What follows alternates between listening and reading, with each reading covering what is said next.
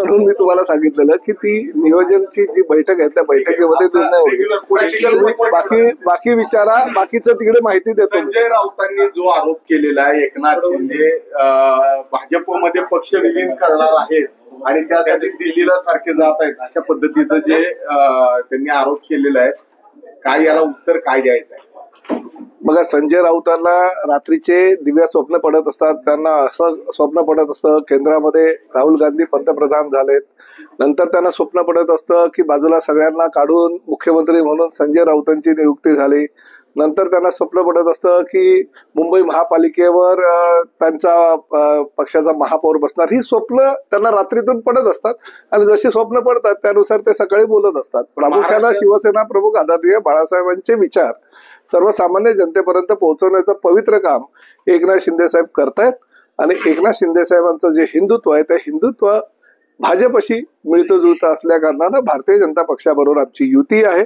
आम्ही कुठल्याही काँग्रेस राष्ट्रवादी बरोबर युती किंवा आघाडी केलेली नाही, त्यामुळे त्या विषयावर त्यांना बोलण्याचा नैतिक अधिकार नाहीये. आणि जर त्यांना तसं काही बोलायचं असेल तर भविष्यामध्ये त्यांनी जी त्यांच्या काँग्रेस आणि राष्ट्रवादी बरोबर हात मिळवणी केली आहे किंवा आघाडी केली आहे ती आघाडी त्यांनी तोडावी आणि नंतर आमच्याशी चर्चा करावी. नितेश राणे आक्रमक झालेले ते म्हणतात कुठली आणि मराठीमध्ये कोणाच्या पाठीशी आहे स्पष्ट होईल असं परवा म्हणाले. काय म्हणाले? मुंबई महापालिका निवडणुकीमध्ये खरी शिवसेना कुठल्याही मराठीमध्ये पाठीमागे उभा दाखवूनच देईल.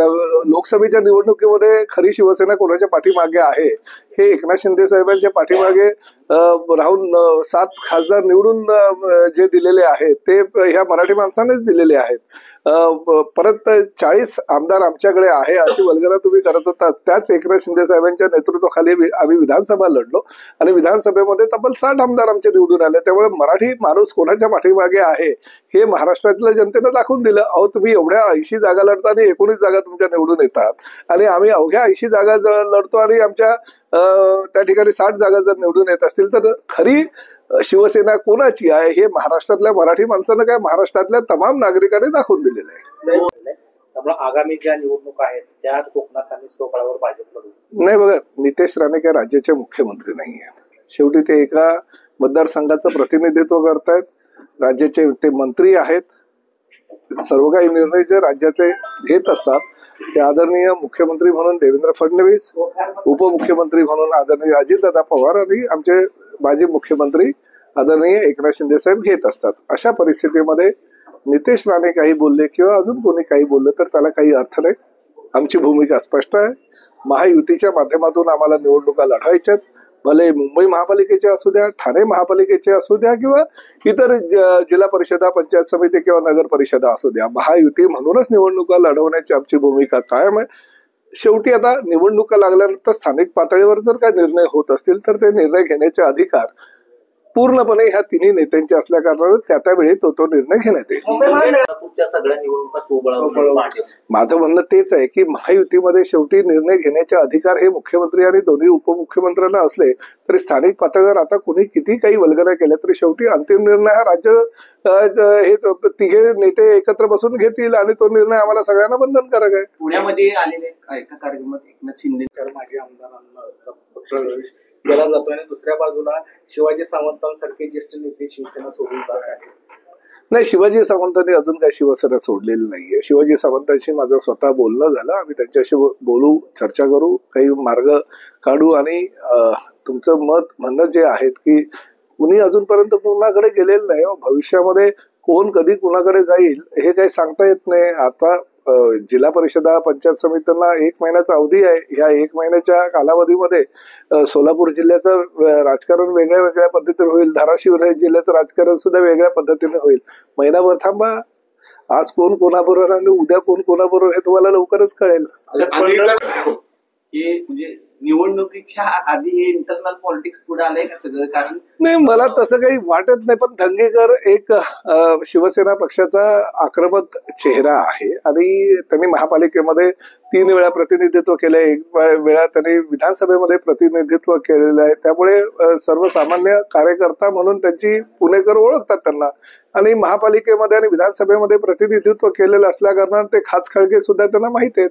आणि त्या माध्यमातून जर काही त्यांनी सूचना केल्या असेल तर त्या सूचना एवढं काही त्याकडे वाईट नजरेने बघायची गरज नाही. त्या सूचनांची अंमलबजावणी जर समोरच्याने केली तर चांगलं वातावरण पुण्यामध्ये होईल. एका बाजूला सोलापूर जिल्ह्यात शिंदे साहेबांनी सांगून सुद्धा युतीमध्ये मिठाचा खडा टाकण्याचं काम त्यांच्याकडून सुरू आहे.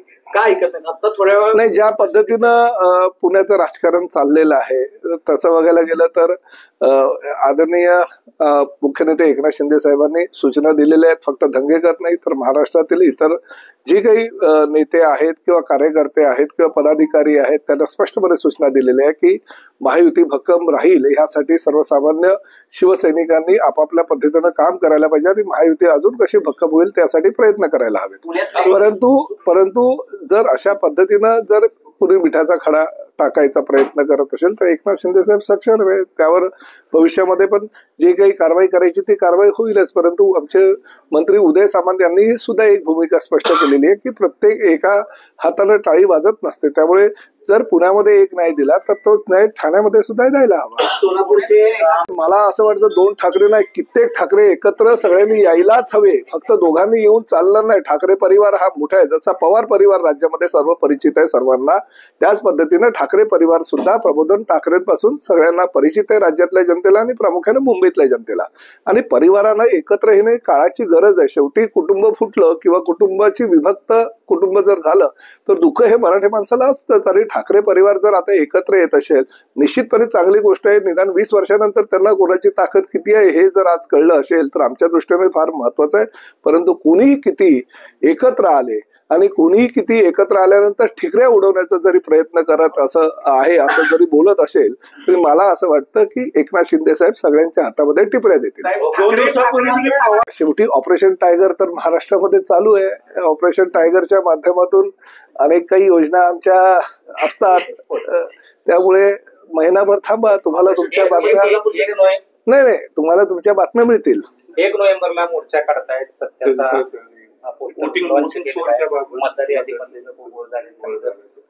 बघा, जे मोर्चा काढतायत त्यांना मोर्चा काढण्याचा नैतिक अधिकार नाही. खरं तर लोकसभेच्या निवडणुकीला जे निवडून आलेत, जे विधानसभेच्या निवडणुकीला निवडून आले त्यांनी आपापल्या पदाचा आधी राजीनामा देणं गरजेचं आहे.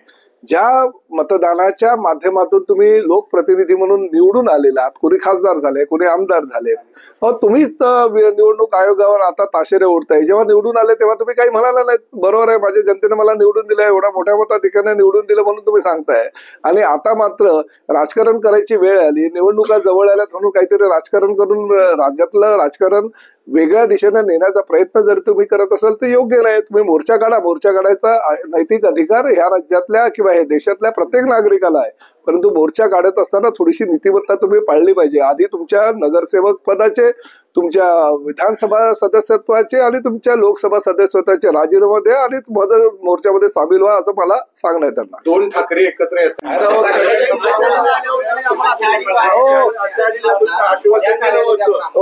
मनोहरकर साहेब नाही आश्वासन मनोहरकर कुठे आहेत बोलवा जरा. काय झालंय आपल्या यांच्या पद्धत थांबा नाही हा करतायत ना. मग सांगू आता होईल म्हणून लवकर. तुमच्या जीवावर तर मला नाही तुम्हाला पकडतील. तुम्ही सांगा. अहो म्हणून त्यांना मी सीओ घेतलं. हा नाही तर हो काय सांगायचं कुठवर आलंय जरा बघा आणि मला सांगा. कारण आपल्याला आश्वासन तुम्ही बोललात म्हणून दिलं होतं तसं आपल्याला आश्वासन नाही वचन करायचं. नाही सांगतो हो माहिती घ्या. हो काय झालंय काय झालंय आम्ही एक क्रायटेरिया ठेवला राज्यामध्ये एवढ्या गाड्यांच्या संख्या आणि एवढी लोकसंख्या त्यानुसार मंजुरी द्यायची. पवार साहेब पवारांनी एकत्र यावं आपण आता म्हणलं यायलाच हवं ना. मी बोलतो ना कुटुंब हे एकत्र यायलाच हवं.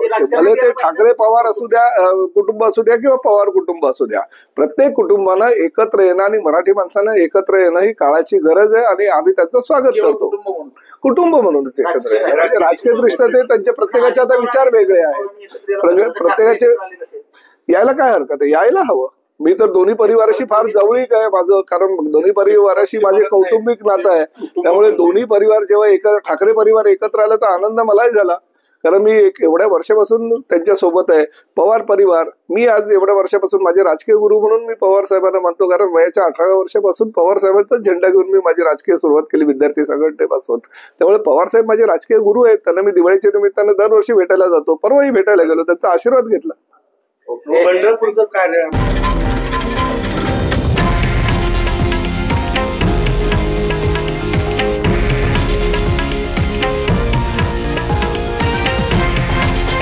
हे आहे देशातील नंबर 1 न्यूज नेटवर्क आणि आपण पाहत आहात TV9 मराठी, एकमेव.